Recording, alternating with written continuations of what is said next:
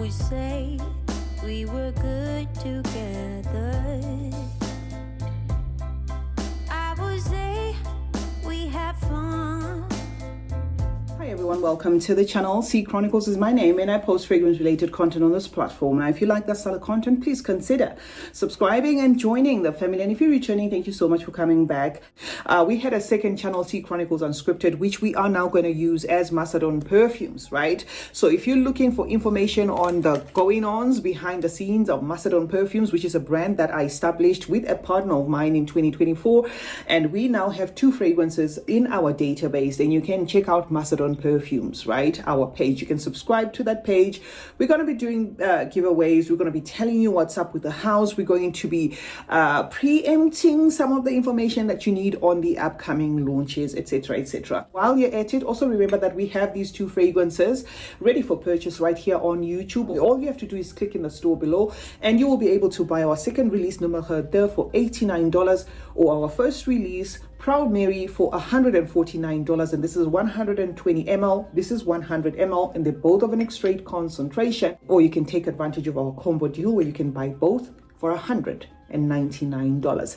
If you'd rather purchase them on our website is www.macedonperfumes.com. Now to the video of the day, we have 2 our Rehab fragrances that I thought to bring to you here, starting with Overdose. These are blind buys, okay, to me. I had no idea what these fragrances smell like, and we're gonna just test run them together. Overdose, off the cuff, I'm getting Angel's Share. Okay, I'm getting Angel's Share. I'm getting the Angel's Share DNA. I am getting something that feels like dried fruits. I'm getting dates. I am getting, that cinnamon, the nutmeg, and a sweetness. And it's not as boozy as some of the offerings that we have been given by other houses. It's on the softer side. So I do not know whether they went easy, perhaps on the spices or on that boozy accord, because it's already softening up. Okay, it's already softening up. I like it, but I cannot justify buying it in full size because of the fact that we've had a lot of, renditions to that Angel's Share, and it's become a DNA that's somewhat redundant because of the numerous clones of it that I have. The naming Overdose, not so much. It's not giving me heavyweight. It's not, to me, a thick concentration, but yes, it does give you that Angel Share-esque vibe, where if you have experienced that fragrance, you will know that that's perhaps what they were going for. This one also lists the note of tonka. If there is a tonka in here, it's just fused, guys, in that booziness, that apple pie feel. It's more of a spicy nutmeg cinnamon thingy that you're going to get in sticky date in this fragrance with a boozy accord. And it does have a sweetness to it, in as much as it's boozy. It does have a sweetness to it, perhaps because of the use of praline, okay, the use of praline, and perhaps that vanilla, okay, and it's also ambery. So enough said when it comes to Overdose. The next one and the last one is a Choco Musk, and this one's Pistachio. This, if you know my relationship with Pistachio, you'll know that pistachio scented scent has to be done in a certain way for me to like it. Most especially because we were inundated with a lot of that yum pistachio DNA, right? The Keali DNA. It seems a lot of houses ran with it. It's not a bad DNA, but it can be too much of a good thing, or perhaps to me. I just ended up not caring for that fragrance. And in this, guys, let me say this. This is not first impressions when it comes to Choco Musk Pistachio, because this is one I wanted to know to what extent they were doing what. There is something in here that makes me sneeze. I don't know whether it's an overdose of alcohol. I don't know whether it's a tonka done in a spiky way, because sometimes when a tonka is done in a spiky way, to me, mixing with also like a toasty vanilla, it can give me like a sneezy thing. So if I was shaking the paper and moving it to the side initially, it's because of that. It's not that this is a bad fragrance. It does have that pistachio working with an almond. So it is a nutty scent. It is a nutty scent. And in this case, they have listed the note of peach, right?